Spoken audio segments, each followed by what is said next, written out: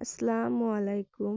আজকে আমি ফুলকপি আর মসুর ডাল দিয়ে মজার একটা নাস্তা বানাবো। এটা কিন্তু আপনারা শীতেও খেতে পারবেন বা শীত ছাড়াও খেতে পারেন। আর বাজারে কিন্তু এই ফুলকপির দাম একদম কম। তো এখন ফুলকপি নিয়ে এসে এটা বানিয়ে খাবেন। খেতে কিন্তু দারুণ সুস্বাদু। বাসার সবাই এটা খেলে কিন্তু এটার ফ্যান হয়ে যাবে। তো প্রথমে আমি মসুর কালারটাকে এটা সারা রাত ভিজিয়ে রেখেছিলাম।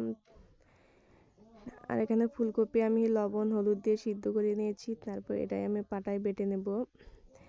এটা ব্লেন্ডারেও করা যায়, কিন্তু ব্লেন্ডারে করলে কিন্তু একদম ফিনিশ হয়ে যায়।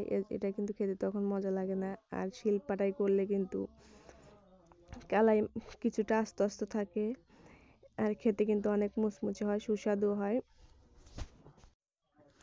এখানে আমি পেঁয়াজ আদা রসুন লবণ এসব দিয়ে বেটে নিয়েছি অল্প করে। আবার এখানে বাটা শেষ হয়ে গেলে তারপর আমি কিছুটা পেঁয়াজ কুচি করে দিয়েছি, লবণ হলুদ গরম মশলার গুঁড়ো এসব দিয়ে এটাকে ভালো করে মেখে নেব। এটাকে মেখে তারপরে এর ভিতরে আমি একটা ডিম দিয়ে আবারও এটাকে ভালো করে মেখে নেব। আর আমার ভিডিও যদি ভালো লাগে অবশ্যই আমার চ্যানেলটিকে সাবস্ক্রাইব করে আমার পাশে থাকবেন, লাইক কমেন্ট শেয়ার করবেন, কারণ আপনার ছোট্ট একটা লাইক কিন্তু আমার কাছে অনেক মূল্যবান। আর ভিডিওটি ভালো লাগলে অবশ্যই কমেন্ট করে জানাবেন।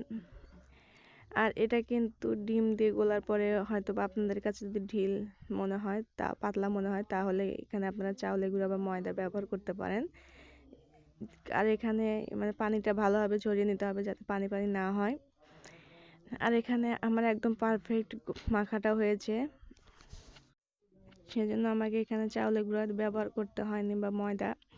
তারপর কড়াইতে আমি এটা সরিষার তেলে ভেজে নেব, কারণ সরিষার তেলে ভাজলে কিন্তু গ্যাস্ট্রিকের সমস্যাটা হয় না। ভাজা পোড়া সরিষার তেলে খেলে এরকম গ্যাসের কোনো সমস্যা হয় না। আর সয়াবিন তেলে কিন্তু গ্যাসের সমস্যাটা বেশি দেখা দেয়।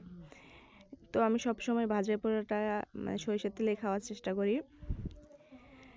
আর এখানে আমি যেভাবে হাতে এরকম করে সাইজ করে দিয়ে দিচ্ছি, আর এই যে উল্টিয়ে পাল্টিয়ে কিন্তু আমি ভেজে নিচ্ছি। এটা কিন্তু একদম মিডিয়াম টু লো আছে ভাজতে হবে, জোরে জাল হয়ে গেলে কিন্তু এটা মানে উপরে লাল হয়ে যায়, ভিতরে কাঁচা কাঁচা থাকবে। আর আমি কিন্তু একদম অল্প আছে এটা ভেজে নিয়েছি। আর খেতে কিন্তু এটা অনেক সুস্বাদু ছিল। আজকের মতো এখানে, আল্লাহ হাফেজ।